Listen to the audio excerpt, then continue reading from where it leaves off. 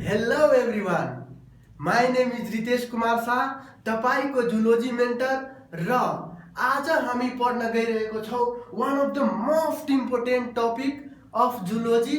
नाम छ टपिकको अर्थवर्म र हामीलाई थाहा छ कि कमन इन्ट्रान्स पोइन्ट अफ भ्यूले यदि हेर्ने हो भने फ्रग, अर्थवर्म र प्लाज्मोडियम तीनटै टपिकलाई मिलाएर यदि हेर्ने हो भने टोटल 8 मार्कको क्वेसन सोधिने गरिन्छ, which is 1/5 of the total syllabus of के त जुलोजी। त्यसैले हामीलाई थाहा हुन्छ कि अर्थवर्म कतिको इम्पोर्टेन्ट टपिक छ है।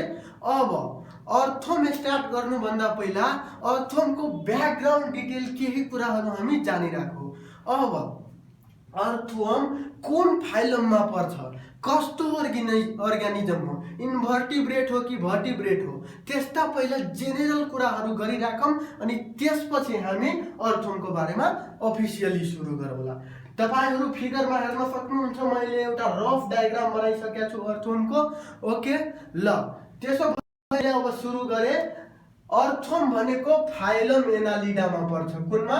फाइलम एनालिडामा। अब मैले फाइलम एनालिडा त भनिदिए, कसको फाइलम भनेपछि इन्भर्टिब्रेटको फाइलम एनालिडामा। फाइलम एनालिडाको केही क्यारेक्टरहरू यदि मैले भन्न चाहे भने मोस्ट इम्पोर्टेन्ट केही क्यारेक्टर भनिदिन्छु, रिकल गराइदिन्छु तपाईहरुलाई। फाइलम एनालिडा डिटेलमा पछि नि पढ्ने, अहिले रिकल गराउनु पर्दा डिस्टिंक्ट हेड हुँदैन, यानी कि सिफालाइजेसन हुँदैन एनालिडाको क्यारेक्टरमा। Tube within a tube body plan हुन्छ, त्यस्तै गरी close type of circulatory system हुन्छ, अनि त्यसपछि एक्सक्रेटरी अर्गनको रूपमा नेफ्रेडिया रहेको हुन्छ। त्यस्ता क्यारेक्टरहरू कसका छन् भनेपछि एनिलिडाको छन्। अब एनिलिडामा पनि अर्थवर्म कुन क्याटेगोरीमा पर्छ? फाइलमहरूको त क्लासेज हुन्छ, एनिलिडाको पनि 4 वटा क्लास छ, एउटा दुईटा होइन, 4 वटा क्लासहरू के छन् भनेपछि पोलिचिटा। के छन् त? पोलिचिटा। त्यस्तै यदि हामीले कुरा गर्ने हो भने ओलिगोचिटा। त्यस्तै अर्को कुरा गर्ने हो भने हिरुदिनिया। के त? हिरुदिनिया और हिरुदिनिया। त्यस्तै अर्को कुरा गर्ने हो भनेपछि polychaeta, oligochaeta, hirudinea, archiannelida. Okay, archiannelida भनेपछि यी 4 वटा क्लासेजहरू हुन् के को त भनेपछि फाइलम एनालिडाको। अब हाम्रो टपिक त क्लासेज होइन, हाम्रो टपिक सिम्पली यदि हाम्रो टपिक त अर्थवर्म हो भनेपछि अर्थवर्म कुन क्याटेगोरीमा पर्ने त? हेरिराखौ त, पोलिचिटामा हामी नेरिसको बारेमा पढ्नेछौँ, हिरुदिनियामा हामीले लिचहरूका लाइफ साइकल पढ्नेछौँ, आर्की एनिलिडामा अर्कै अर्ग्यानिजमहरू पढ्नेछौँ। आजको हाम्रो टपिक जुन अर्थवर्म छ त्यो पर्छ क्लास ओलिगोचिटामा। केमा त? ओलिगोचिटामा। भनेपछि मैले अर्थवर्म स्टार्ट गर्नभन्दा पहिला केही ब्याकग्राउन्ड डिटेल दिए अर्थवर्मको बारेमा, कुन फाइलममा, कुन सब किङडम इन्भर्टिब्रेटको कुन फाइलममा, अनि त्यसपछि कुन क्लासमा पर्दो रहेछ त्यो कुरा। अब यति बुझिसकेपछि हामीलाई अर्थवर्मको क्लासिफिकेसन गर्न एकदमै सजिलो हुन्छ। भनेपछि क्लासिफिकेसन गरौँ न त सजिलो तरिकाले है। ल, सबभन्दा पहिला यदि हामीले हेर्ने हो भने किङडम हेर्ने। के हेर्ने त? क्लासिफिकेसनमा किङडम हेर्ने। अब तपाईहरुलाई थाहा छँदैछ अर्थवर्म एनिमल हो, त्यसैले किङडम के भइहाल्यो त? एनिमलिया भइहाल्यो। त्यस्तै यदि सब किङडमको कुरा गर्ने हो भने यस, यु आर राइट, इन्भर्टिब्रेटा। के त? इन्भर्टिब्रेटा सब किङडम हुन्छ। त्यस्तै यदि हामीले किङडम पछि फाइलमको कुरा गर्ने हो भने फाइलम कुन छ भन्नुस् त? तपाईहरुलाई थाहा छ फाइलम कुन छ? एनिलिडा। कुन त? एनिलिडा। त्यस्तै यदि फाइलम पछि यदि हामीले अर्को कुरा गर्ने हो भने क्लासको। के को कुरा आउँछ? क्लासको। क्लास कुन हो त? ओलिगो, भर्खर पढ्नु पर्यो, ओलिगोचिटा। ओके, त्यस्तै क्लास पछि यदि हामीले पढ्ने हो भने जिनसको कुरा गर्ने हो भने जिनस हामी पढ्नेवाला छौँ। अर्थवर्मको के छ थाहा छ तपाईहरुलाई? फेरेटिमा। के त? फेरेटिमा। र क्यापिटल पी हुन्छ, अन्डरलाइन गरिदिने, जेनेरिक नेम छ त्यसैले। स्पेसिसको कुरा गर्ने हो भने यहाँ हामी पढ्नेवाला छौँ पोस्टुमा के को बारेमा पोस्टुमा र पोस्टुमाको पी सानो हुन्छ अन्डरलाइन गर्दिन जेनेरिक नेम छ भनेपछि हामीले अब के गरिहाल्यो भनेपछि हाम्रो प्यारो अर्थोमको क्लासिफिकेसन गरिसक्यो ओके के गरिसक्यो क्लासिफिकेसन गरिसक्यो अब अर्थोम भनेको थाहा छ नेपालीमा के भन्छ अर्थोमलाई खैरो या फेरि गड्डेौला भन्छ मधेसतिर गयो भने चाली भन्छ अब अर्थोमको यति डिटेलमा हामीलाई पढ्नु छ अर्थोमको बारेमा कुराहरू digestive system nervous system excretory system reproductive सिस्टमदेखि लिएर फर्टिलाइजेसन सब कुराहरू के गर्नुपर्ने हुन्छ हामीले अर्थोमको टपिक अन्तर्गत पढ्नुपर्ने हुन्छ भनेपछि बिस्तारै हामी केही जेनरल कुराहरूबाट स्टार्ट गरौँ अर्थोमको बारेमा जेनरल कुरा यदि हामीले हेर्ने हो भने सबभन्दा पहिला सुरु गरौँ ह्याबिट एन्ड हेबिटेटबाट अब ह्याबिटेटको कुरा गर्ने हो भने अर्थोम इज कस्मोपोलिटन इन डिस्ट्रिब्युसन यसको अर्थ के भनेपछि अर्थोम वर्ल्ड वाइड पाइन्छ ओके वर्ल्ड वाइड पाइन्छ अर्थोमको ह्याबिटको कुरा गर्ने हो भने इट इज नक्टर्नल अर्गानिजम भनेको active during night okay diurnal भनेको एक्टिभ ड्युरिङ डे र नक्टर्नल भनेको एक्टिभ म यहाँ लेखिरहेको छु ल एक्टिभ ड्युरिङ के त भनेपछि एक्टिभ ड्युरिङ नाइट त्यस्तै यदि हामीले कुरा गर्ने हो भने अर्थोम पाइन्छ कहाँ त पुरा वर्ल्ड वाइड डिस्ट्रिब्युसनमा मतलब मलिलो माटोमा मोइस्ट सोइलमा फर्टाइल सोइलमा त्यसपछि के भन्छ फोरेस्टमा ग्रासेसहरुमा फिल्डमा हैन खाली ठाउँहरु रहेको ठाउँहरुमा के हुन्छ त अर्थोम पाइन्छ स्पेशली त्यो ठाउँमा जहाँ भेजिटेसनहरु डिके भइरहेका हुन्छन् डिकेइङ भेजिटेसनमा पाइन्छ अर्थोम फीड केमा गर्छ भनेपछि त्यो डिकेइङ भेजिटेसनमा बरो गर्ने काम के को हुन्छ अर्थोमको हुन्छ अर्थोमको इकोलोजिकल इम्पोर्टेन्स थाहा छ तपाईहरुलाई यसले जुन सोइल छ माटो छ त्यसलाई फर्टाइल बनाउने काम गर्छ बाइ सिम्पली बरोइङ अर्थोमको जुन कास्टिङ हुन्छ casting of earthworm means generally जब अनडाइजेस्टेड फूड मेटेरियलहरु पेलेटका फर्ममा दानाका फर्ममा अर्थोमको बडीबाट निस्किन्छ कास्ट भएर त्यसलाई भनिन्छ ब्ल्याक गोल्ड के भनिन्छ अर्थोमको कास्टिङलाई भनिन्छ ब्ल्याक गोल्ड सिम्पली यसको अर्थ के हो भनेपछि ब्ल्याक गोल्ड भन्नुको कारण के हो मोस्ट फर्टाइल पेलेट के हुन्छ अर्थोमको बडीबाट निस्किन्छ अनडाइजेस्टेड फूड मेटेरियलको भएर अनि हामीले हेर्ने हो भने डिकेइङ भेजिटेसनमा अर्थोमको काम हुन्छ बरो गर्ने आफ्नो प्रोस्टोमियमको मद्दतले अब हामी बडी स्ट्रक्चर पढ्दाखेरि पेरिस्टोमियम के हो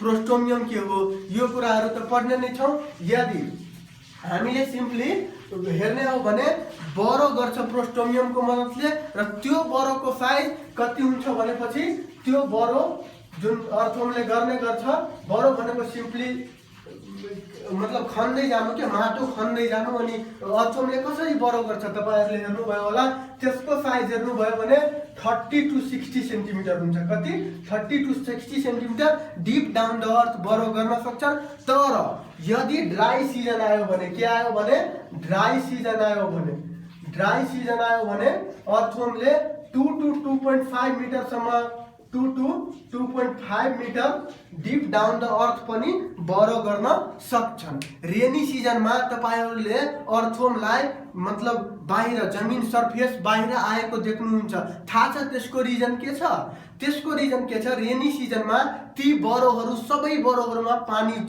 के हुन्छ पानी घुसेको कारणले गर्दाखेरि अर्थोम के हुन्छ सरफेसबाट बाहिर आउन बाध्य हुन्छ त्यही हो के त रेनी सिजनमा अर्थोम बाहिर आउनुको कारण अर्को कुरा हेर्नु भयो भने अर्थोम एकदमै अर्ग्यानिक म्याटर बडी भएको मोइस्ट सोइल खान्छ के गर्छ अर्थोमले खाने भनेको मोइस्ट सोइल नै हो तर अर्ग्यानिक म्याटर बडी भएको सोइल खान्छ जसलाई के भनिन्छ त ह्युमस भनिन्छ अर्को एकदम इम्पोर्टेन्ट कुरा यदि अर्थोमको ह्याबिटको बारेमा मैले भने अर्थोम इज भर्ट हर्माफ्रोडाइट अर्थोम के हो त हर्माफ्रोडाइट हो अब हर्माफ्रोडाइटको अर्थ के हो नयाँ टर्म लाग्न सक्ला hermaphrodite means simply bisexual organism के त बाइसेक्सुअल अर्गानिजम यानी कि the organism in which both male and female reproductive organism present in single individual is call hermaphrodite organism, यानी कि त्यस्ता अर्ग्यानिजम जसको बडीमा both male reproductive system female reproductive system present छ भने त्यस्ता अर्ग्यानिजमहरूलाई हामीले भन्दिनँ हर्माफ्रोडाइट अर्ग्यानिजम। ओके, र अर्को कुरा फर्टिलाइजेसन जुन हुन्छ अर्थवर्ममा, मैले केही क्यारेक्टरहरूको कुरा गर्दाखेरि फर्टिलाइजेसनको बारेमा कुरा गरेँ। फर्टिलाइजेसन जुन हुन्छ अर्थवर्ममा त्यो कस्तो हुन्छ भनेपछि क्रस फर्टिलाइजेसन हुन्छ। अब यहाँ एउटा सोच्नुपर्ने कुरा छ कि अर्थवर्ममा त मेल र फिमेल रिप्रोडक्टिभ अर्गन दुवै आफैसँग छ भने किन आफै सेल्फ फर्टिलाइजेसन गरिहाल्दैन? आफ्नै बडीमा फर्टिलाइजेसन मेल र फिमेल ग्यामेटको किन भइहाल्दैन? क्रस फर्टिलाइजेसन किन हुन्छ भनेपछि अर्थवर्म इज प्रोट्यान्ड्रस। अब फेरि प्रोट्यान्ड्रस नयाँ टर्म लाग्न सक्ला। प्रोट्यान्ड्रस भनेको organism in which male gamete matures earlier than female gamete, यानी कि त्यस्ता अर्ग्यानिजम जसमा मेल ग्यामेट फिमेल ग्यामेट भन्दा पहिला म्याच्योर हुन्छ त्यसलाई के भनिन्छ भने प्रोट्यान्ड्रस अर्ग्यानिजम, त्यस्ता अर्ग्यानिजमलाई भनिन्छ। त्यसैले अब मेल ग्यामेट पहिला म्याच्योर भइरहेछ फिमेल ग्यामेट भन्दा भनेपछि त्यो म्याच्योर भएको मेल ग्यामेट अर्को फिमेल ग्यामेट जसको म्याच्योर छ त्यसको बडीमा हालिदियो भने फर्टिलाइजेसन त हुन्छ। त्यसैको कारणले गर्दा क्रस फर्टिलाइजेसन हुन्छ अर्थवर्ममा। This was the reason of cross fertilisation in earthworm. हामीले बुझिसक्यौँ त? ओके, भनेपछि this was some general information about habit and habitat of के त भनेपछि अर्थवर्म। अब एक नजर अर्थवर्मको बडी स्ट्रक्चरमा हानौँ त, हेरौँ त। सिम्पली मैले एउटा मतलब तपाईहरुले त गड्यौला हेर्नुभयो होला हैन कस्तो हुन्छ। यहाँ सिम्पली एउटा फेरेटिमा पोस्टुमाको मैले जनरल डायग्राम बनाएको छु। हेरौँ त, फर्स्ट जुन सेगमेन्ट हुन्छ बडीको पेरिस्टोमियम भनिन्छ, त्यो भन्दा माथि फ्लेसी या फिर लोबी स्ट्रक्चर हुन्छ जुन टेक्टाइल इन नेचर हुन्छ, सेन्सरी इन नेचर हुन्छ, जसलाई प्रोस्टोमियम भनिन्छ। अर्को क्लाइटेलर रिजन हुन्छ 14th, 15th र 16th सेगमेन्टमा। त्यस्तै गरी बडी सेगमेन्टहरु कसरी मेटामोरिकली सेगमेन्टेड भएको छ त्यो कुरा हेर्न सक्छौं। एनस लास्ट सेगमेन्टमा हुन्छ। र सबभन्दा इम्पोर्टेन्ट कुरा त मैले भन्नै बिर्सेको छु कि एनालिडामा मेटामेरिकल सेगमेन्टेसन हुन्छ। अब मेटामेरिकल सेगमेन्टेसन भनेको के हो भनेपछि ट्रू सेगमेन्टेसन हुन्छ। बडीको जुन पार्टहरुको सेगमेन्टेसन हुन्छ त्यसमा एक्सटर्नली सेगमेन्ट हुन्छ। के को मद्दतबाट भनेपछि एक्सटर्नली सेगमेन्ट हुन्छ। इंटर सेगमेंटल ग्रुप्सहरुबाट इंटरनली सेगमेंट हुन्छ सेप्टाबाट। यो कुराहरु हामी सेगमेन्टेसन पढ्दाखेरि अहिले पढ्ने नै छौं। Back to the topic again. अब हामी स्ट्रक्चर बडी स्ट्रक्चर अफ अर्थवर्मको बारेमा केही कुराकानीहरु गर्न गइरहेको छौं। ओके, भनेपछि सिम्पली बडी स्ट्रक्चरको बारेमा कुरा गर्ने हो भने शेपको कुरा गरौँ सबभन्दा पहिला। अर्थवर्मको शेप कस्तो देखिरहनु भएको छ त? ल गेस गर्नुस् त कस्तो शेप छ? ल यस, the body shape of earthworm is cylindrical body shape छ। त्यसपछि अझै भन्ने हो भने एन्टेरियर इन्ड भन्दा अलिक तलको जुन स्ट्रक्चर हुन्छ त्यो थिकेस्ट पार्ट हुन्छ बडीमा। त्यसपछि पोइन्टेड के हुन्छ भनेपछि पोइन्टेड माउथ हुन्छ र ब्लन्ट एनस हुन्छ। त्यो कुराहरु हामीले शेपमा हेर्न सक्छौं। अर्थवर्मको शेपमा सिम्पली हेर्न सक्छौं। भनेपछि के हेर्न सक्छौं त कि कस्तो सिलिन्ड्रिकल अर्ग्यानिजम रहेछ भनेपछि शेप अफ अर्थवर्मको कुरा गर्ने हो भने इट इज सिलिन्ड्रिकल अर्ग्यानिजम। अर्को कुरा साइजको कुरा यदि गर्ने हो भने बडी स्ट्रक्चरमा साइजको कुरा गर्ने हो भने अर्थवर्म कति लामो हुन्छ त? 2 मिटर, 4 मिटर, 5 मिटर कति लामो हुन्छ? होइन, त्यति लामो हुँदैन। तपाईहरुलाई थाहा छ गड्यौला भनेको म्याक्सिमम 10 देखि 15 सेन्टिमिटरको हुन्छ। यसको यदि स्ट्यान्डर्ड साइजको कुरा गर्ने हो भने गड्यौलाको स्ट्यान्डर्ड साइज हुन्छ 15 सेन्टिमिटर। कति त?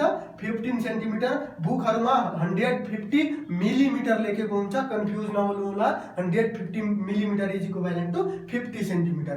त्यही यदि हामी यो त के भइहाल्यो 15 सेन्टिमिटर लेन्थ भइहाल्यो। के भइहाल्यो?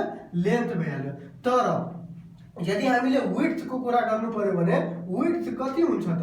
विड्थ को कुरा गर्नु पर्यो भने 3 to 6 मिलिमिटर विड्थ हुन्छ। सेन्टिमिटर नसम्झिनु होला, मिलिमिटर। यानी कि 1 सेन्टिमिटर भनेको यति भइराछ भने 3 to 6 मिलिमिटर विड्थ हुन्छ के को त अर्थवर्मको बडीको।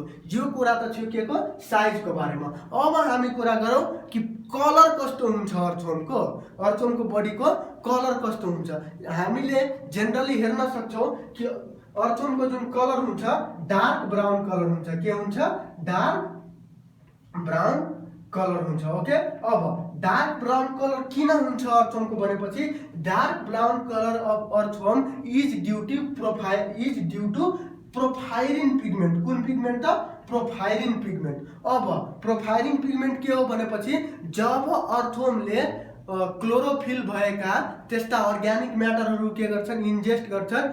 ती क्लोरोफिल पिगमेन्टहरूले के बनाउँछ अर्थवर्मको बडीमा भनेपछि प्रोफाइरिन पिगमेन्ट बनाउँछ, जसको कारणले के हुन्छ भनेपछि dark brown colour of earthworm हुन जान्छ। यानी कि हामीलाई इन्ट्रान्समा क्वेसन सोधिन सक्छ कि dark brown colour of earthworm is due to which pigment भनेपछि एन्सर के भन्नुहुन्छ त? यस, द एन्सर इज के त भनेपछि प्रोफाइरिन पिगमेन्ट। ओके, कुन पिगमेन्ट त? Porphyrin pigment. अब हामी कुरा गरौँ लोकोमोटरी अर्गन अफ अर्थवर्मको। अब अर्थवर्म छ, एक ठाउँबाट अर्को ठाउँमा हिँडडुल त गर्नु पर्यो भनेपछि हिँडडुल गर्नको लागि कुन अर्गनहरूको युज गरिरहेको होला त अर्थवर्मले भनेपछि लोकोमोटरी अर्गन अफ अर्थवर्मको कुरा गर्ने हो भने लोकोमोटरी अर्गन अफ अर्थवर्मको कुरा गर्ने हो भने इट इज के त? It is city is the के त भनेपछि लोकोमोटरी अर्गन अफ अर्थवर्म। अब सिम्पली बाहिरबाट देख्दाखेरि ल के हुन्छ भनेपछि अर्थवर्मले देखिँदा कुनै हात खुट्टा देखिँदैन अर्थवर्ममा भनेपछि कहाँ होला सिटी त? कहाँ होला लोकोमोटरी अर्गन? त्यो कुरा मनमा आउन सक्छ। लोकोमोटरी अर्गन अफ अर्थवर्म यति माइन्युट स्ट्रक्चर हुन्छ कि त्यो नाङ्गो आँखाले देखिन सकिरहेको हुँदैन, हामीले माइक्रोस्कोपिक स्ट्रक्चर हुन्छ। अब मैले त मेटामेरिकल सिगमेन्टेसनको बारेमा कुरा गरिसक्यो अर्थवर्मको, होइन? मेटामेरिकल सिगमेन्टेसन भनेको ट्रु सेगमेन्टेसन अफ बडी। अब जुन राउन्ड स्ट्रक्चर त छ, सिलिन्ड्रिकल बडी छ भनेपछि राउन्ड स्ट्रक्चर छ हाम्रो अर्थवर्मको भनेपछि यो जुन यदि मानौ एउटा अर्थवर्मलाई इलोङ्गेट गरेर यदि मैले एउटा सेगमेन्टलाई ट्रान्सभर्सली काटेर हेरेँ भने यस्ता स्ट्रक्चर आउँछ भने सिटीहरू के हुन्छन् भनेपछि सिटीहरू यसरी रिङ लाइक स्ट्रक्चरमा एरेन्ज हुन्छन्, जसलाई पेरिचाइटिन एरेन्जमेन्ट भनिन्छ। जसलाई के भनिन्छ? पेरिचाइटिन एरेन्जमेन्ट। ओके, पेरिचाइटिन एरेन्जमेन्ट भनिन्छ र हामी यो एरेन्जमेन्ट हाम्रो बुकको फिगरमा हेर्न सक्छौँ कि कसरी यसरी सिटीहरू एरेन्ज भएका हुन्छन् पेरिचाइटिन एरेन्जमेन्टमा सिटी। यदि हामीले माइक्रोस्कोपमा सिटीको एउटा माइन्युट स्ट्रक्चर हेर्ने हो भने यस्ता स्ट्रक्चर हामीले हेर्न सक्छौँ सिटीको। यो जुन एउटा स्ट्रक्चर यस्तो छ त्यसको यस्तो स्ट्रक्चर हेर्न सक्छौँ, जसको बिचको स्ट्रक्चरलाई भनिन्छ नोडुलस, माथि बडीभन्दा माथि प्रोट्रुडेड स्ट्रक्चरलाई नेक भनिन्छ र बडीको भित्रै रहेको स्ट्रक्चरलाई बेस भनिन्छ। ओके, भनेपछि सिटी। अब सिटीको नम्बर कति होला त भनेपछि सेगमेन्टको कुरा गर्ने हो भने सेगमेन्टेसनमा अर्थवर्मको बडी 100 देखि 120 सेगमेन्टसम्म हुन्छ। ओके, र प्रत्येक सेगमेन्टमा 80 देखि 100 वटा कतिवटा मैले सेगमेन्टको कुरा गर्ने हो भने कतिवटा त 100 देखि 120 सेगमेन्ट हुन्छ अर्थवर्मको बडीमा सेगमेन्टेसन प्रेजेन्ट। तर एउटा सेगमेन्टमा 80 देखि 100 सम्म के हुन्छन् भनेपछि सिटीहरू एरेन्ज हुन्छन् र यो सेगमेन्टको कहाँ छ भनेपछि मिडल लाइनमा के त मिडल लाइनमा सिटीहरू प्रेजेन्ट हुन्छन्। यो के थियो भनेपछि सिटी थियो। अझै सिटीको डिटेल्ड स्ट्रक्चर हेर्नु छ भने तपाईहरु स्क्रिनमा दिएको स्ट्रक्चरलाई हेर्न सक्नुहुन्छ। एकदम डिटेलमा हेर्नुस् त स्ट्रक्चरको कस्तो छ भनेपछि सिटी कसरी माइन्युटली बडीमा इन्ग्रेभ छ, कसरी बडीको स्ट्रक्चर भन्दा माथि नेक प्रेजेन्ट छ, नोड्युल छ, बेस कसरी प्रेजेन्ट छ, त्यो कुराहरू स्क्रिनमा दिएको इमेजबाट देख्न सक्नुहुन्छ। Okay, this was all about the के सिटी। अब सिटी को बारेमा त यति कुरा हामीले बुझिसक्यौ, स्ट्रक्चर बुझिसक्यौ, त्यसपछि कतिवटा नम्बर अफ सिटी हुन्छ, कहाँ हुन्छ त्यो बुझिसक्यौ। तर अब सिटीले लोकोमोसनमा कसरी मद्दत गर्छ। कसरी लोकोमोसन हुन्छ भनेपछि लोकोमोसनको लागि दुई टाइप अफ मसल रेस्पोन्सिबल हुन्छ, प्रोट्र्याक्टर मसल र रिट्र्याक्टर मसल। कुन मसल भनेपछि म एकैछिन मेटे है, यताको स्ट्रक्चरलाई मेटेर म लेखिरहेको छु। Muscle responsible for locomotion is कुन त प्रोट्र्याक्टर मसल, जुन कि स्क्रिनमा दिएको इमेजमा तपाईँ हेर्न सक्नुहुन्छ कहाँ छ प्रोट्र्याक्टर मसल अनि रिट्र्याक्टर मसल। ओके, रिट्र्याक्टर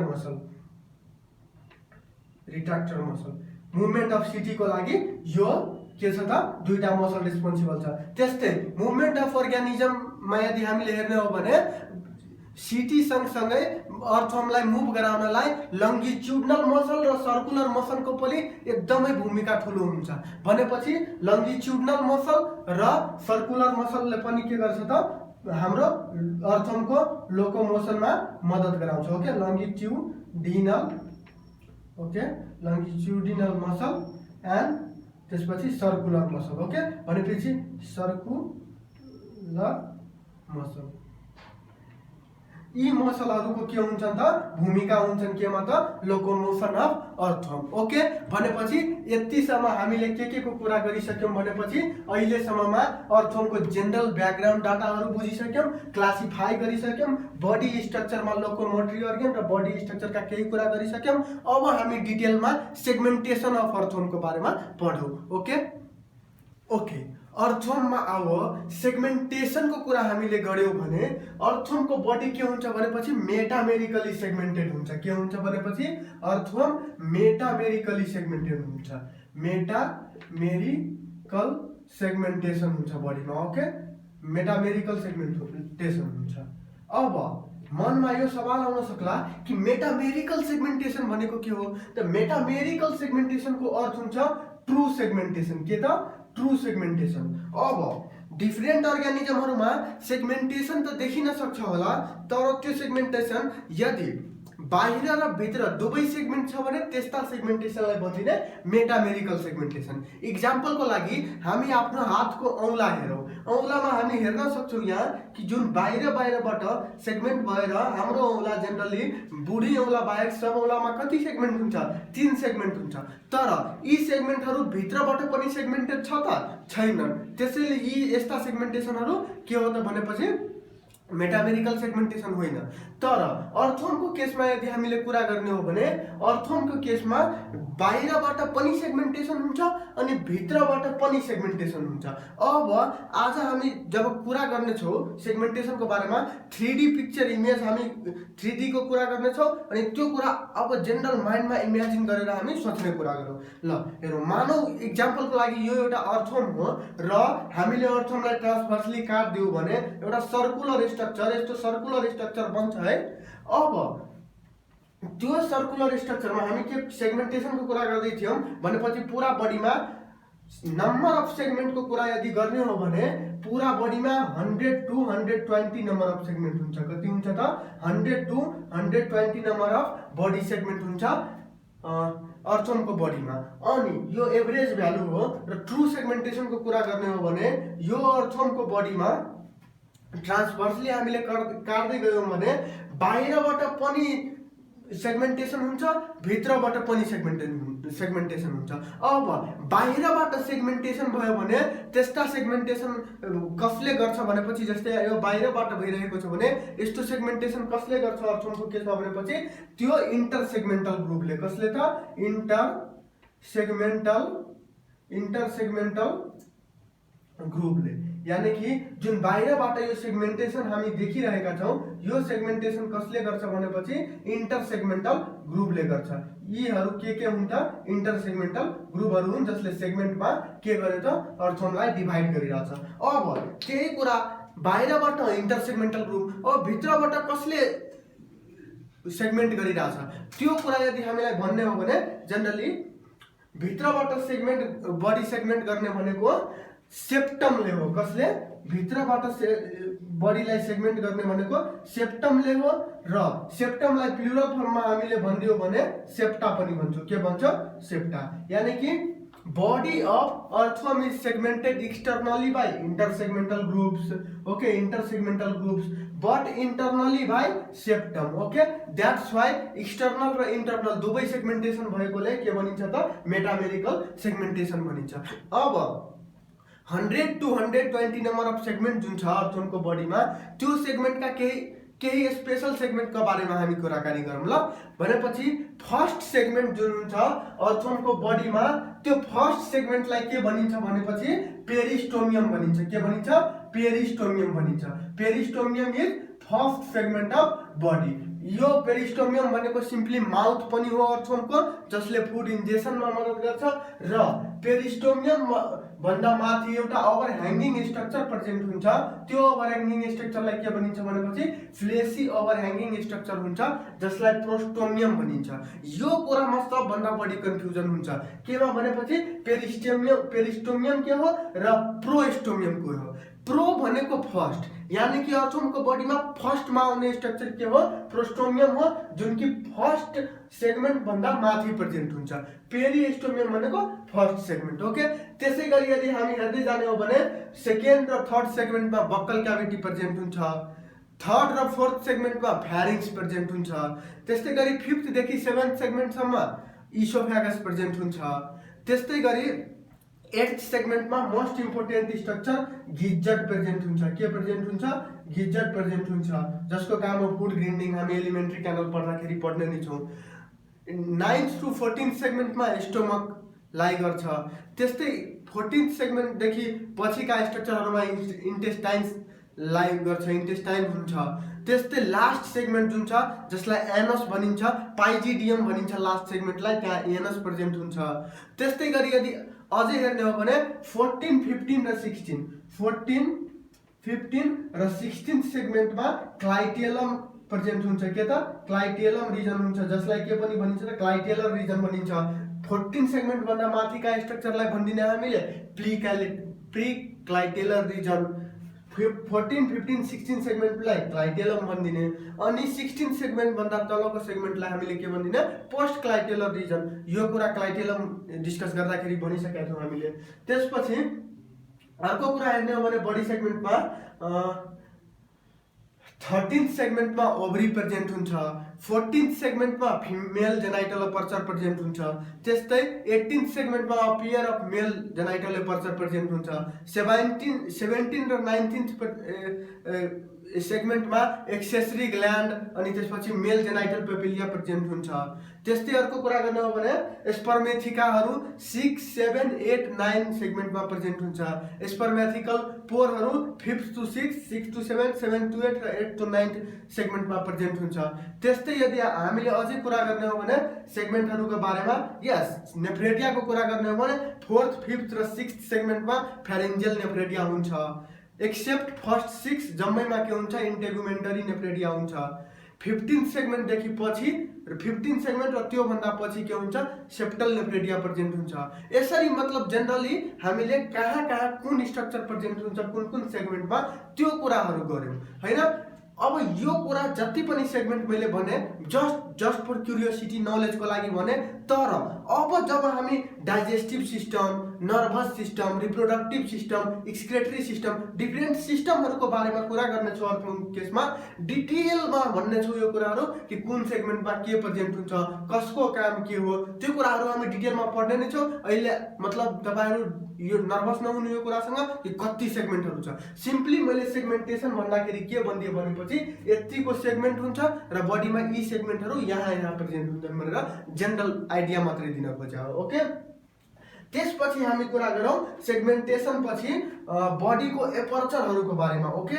म के गर्छु भनेपछि ल यहाँ यो क्लासिफिकेसनलाई मेट्न गइरहेको छु। ल यो क्लासिफिकेसनलाई मेट्दिम हामी बडीहरूमा प्रेजेन्ट एपर्चरहरूको बारेमा कुरा गरौँ। यदि हामीले बडीमा प्रेजेन्ट एपर्चरहरूको बारेमा कुरा गर्यौँ भने एपर्चर भनेको बडीमा भएको छेदहरू या फेरि बडीमा भएको पोरहरूको कुरा गर्ने हो भने सिम्पली फर्स्ट पोर यदि हामीले डिस्कस गर्नु पर्यो भने के को बारेमा गर्ने त यस माउथको बारेमा। के को बारेमा त माउथको बारेमा। सबभन्दा पहिला एपर्चर जुन हुन्छ बडीको एन्टेरियर पार्टमा त्यो के हो माउथ हो। अब माउथ कहाँ प्रेजेन्ट हुन्छ भनेपछि फर्स्ट सेगमेन्टमा प्रेजेन्ट हुन्छ जसलाई पेरिस्टोमियम पनि भनिन्छ। जुन सेगमेन्टलाई त्यसमा के हुन्छ माउथ प्रेजेन्ट हुन्छ। अब माउथको सिम्पली के काम भनेपछि सर्कुलर शेपमा हुन्छ। काम के भनेपछि इन्जेक्सन अफ फुड, सिम्पली त्यो त काम हो। अर्को कुरा गर्ने हो एपर्चरको भनेपछि हामीसँग हुन्छ एनस। एनस भनेको के त भनेपछि जहाँबाट इजेसन टेक्स प्लेस गर्छ र लास्ट सेगमेन्ट अफ बडीमा प्रेजेन्ट हुन्छ के त एनस। ओके, त्यसपछि अर्को एपर्चरको बारेमा कुरा गर्नुपर्ने हो भने मेल जेनाइटल एपर्चर। के त मेल जेनाइटल एपर्चर। र मेल जेनाइटल एपर्चर कहाँ प्रेजेन्ट हुन्छ भनेपछि मेल जेनाइटल एपर्चर प्रेजेन्ट हुन्छ 18th सेगमेन्टमा र यो एक पेयरमा हुन्छ। के हुन्छ एक पेयर मेल जेनाइटल एपर्चर्स प्रेजेन्ट हुन्छ 18th सेगमेन्टमा। एनसको कुरा गर्ने हो भने लास्ट सेगमेन्टमा प्रेजेन्ट हुन्छ। माउथको कुरा गर्ने हो भने फर्स्ट सेगमेन्टमा प्रेजेन्ट हुन्छ। त्यस्तै यदि हामीले अर्को एपर्चरको कुरा गर्ने हो भने मेल जेनाइटल एपर्चर भइहाल्यो। जेनाइटल पेपिलिया या फेरि मेल जेनाइटल प्यापिलाको कुरा गर्ने हो भने या फेरि कपुलेटरी अर्गन पनि भनिन्छ। यो मेल जेनाइटल प्यापिला जुन एपर्चर छ त्यो दुई पेयर अफ एपर्चर छ। कहाँ प्रेजेन्ट हुन्छ भनेपछि 17th सेगमेन्ट एन्ड 19th सेगमेन्टमा प्रेजेन्ट हुन्छ। ओके, त्यस्तै गरी हामीले फिमेल जेनाइटल एपर्चरको कुरा गर्ने हो भने female genital, okay, female genital एपर्चरको कुरा गर्ने हो भने यो कहाँ प्रेजेन्ट हुन्छ गेस गर्नुस् त, गेस गर्न सक्नुहुन्छ। फिमेल जेनाइटल एपर्चर प्रेजेन्ट हुन्छ हाम्रो 14th सेगमेन्टमा। कतिमा त 14th सेगमेन्टमा।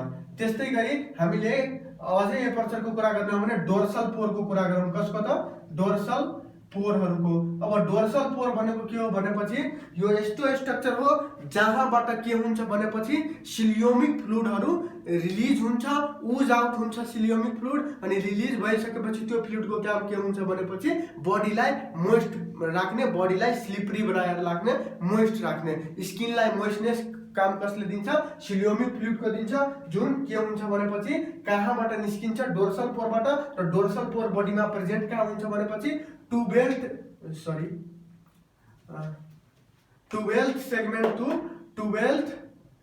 सेगमेन्ट टु कहाँसम्म भनेपछि last segment. Okay, last segment of body 12th सेगमेन्टदेखि लास्ट सेगमेन्टसम्म प्रेजेन्ट हुन्छ।